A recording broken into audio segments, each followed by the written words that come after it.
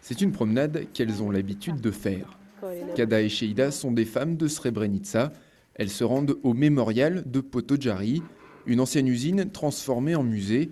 Un endroit pour ne pas oublier qu'en l'espace de quelques jours, en juillet 1995, pendant la guerre de Bosnie-Herzégovine, environ 8000 hommes ont été tués dans cette enclave musulmane située dans la partie serbe du pays.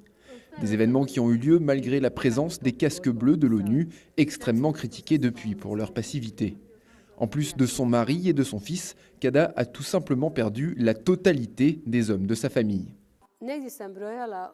J'ai fait le compte et en regroupant ma famille du côté de ma mère et du côté de mon père et la famille de mon mari, ça fait en tout 56 victimes. Pourtant, ces 56 victimes n'ont pas toutes été enterrées.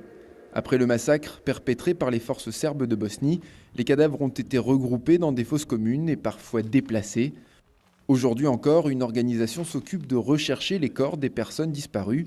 Une tâche indispensable pour le travail de mémoire, mais qui servira aussi de pièce à conviction dans les procès qui se dérouleront au tribunal pénal international pour l'ex-Yougoslavie. Le seul fait que nous ayons exhumé 6500 victimes de Srebrenica est suffisant pour que le procureur prouve qu'il y a eu génocide.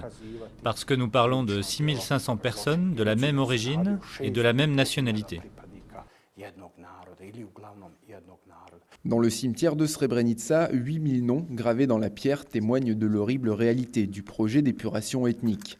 Quand on parle à Sheida du procès de Zdravko Tolimir, l'ancien général serbe de Bosnie, la veuve exige évidemment une sentence exemplaire. Laissez-moi vous dire une chose, tout verdict est insuffisant. Même si nous parlons de 40 ans et quelques, même s'ils sont tous condamnés à perpétuité.